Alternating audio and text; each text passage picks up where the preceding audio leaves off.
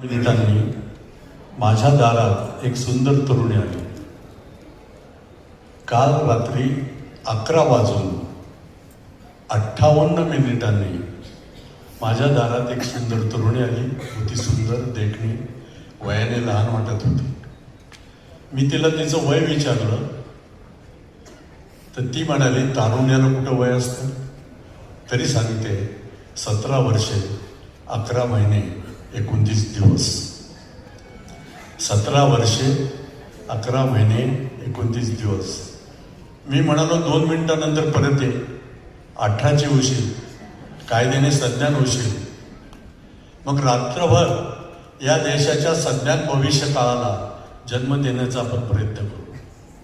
ती उपासात्मक असली, आत आली, खुर्चीवर बसली आणि म्हणाली, आज सकाळीच एका पुढाऱ्याकडे गेले होते.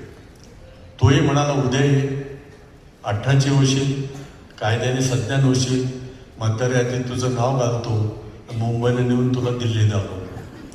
तो तर मेला पुढारी होता, आपण बुद्धिवादी आहात. साहेब, आजपर्यंत माझ्या आयुष्यात 2 मंत्री, 4 खासदार, 8 आमदार, 16 ZP, 32 सरपंच, 64 कलाकार आणि 128 कवी आले आहेत. कित्येक वेळा त्यांचा अधप्पात, 2 वेळा माझा गर्भपात झाला आहे. आता मला सारं कळतंय आणि वळणाचं पाणी वळणालाच वळतंय. लहानपणी वाटायचं की वस्त्र हे नेसण्यासाठी असतं. आता मला कळतंय ते कशासाठी असतं. लहानपणी वाटायचं की छाती बाळाला दूध पाजण्यासाठी असते. आज मला कळतंय की सत्ता आणि संपत्तीने मदांध झालेल्या वाघांच्या पंजासाठी असते. लहानपणी वाटायचं की तारुण्य हे कुणाच्या तरी उंबरट्यावरचं माप ओलांडून त्याची ग्रहलक्ष्मी होण्यासाठी असतं. आज मला कळतंय की पैसे फेकणाऱ्या हातांच्या शैलीवर कलंडण्यासाठी असतं.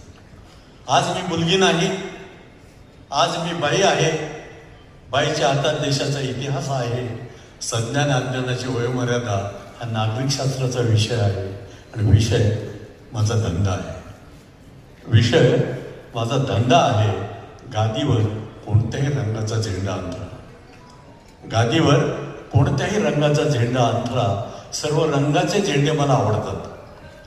गादीवर कोणत्याही रंगाचा झेंडा अंतरा, सर्व रंगाचे झेंडे मला आवडतात.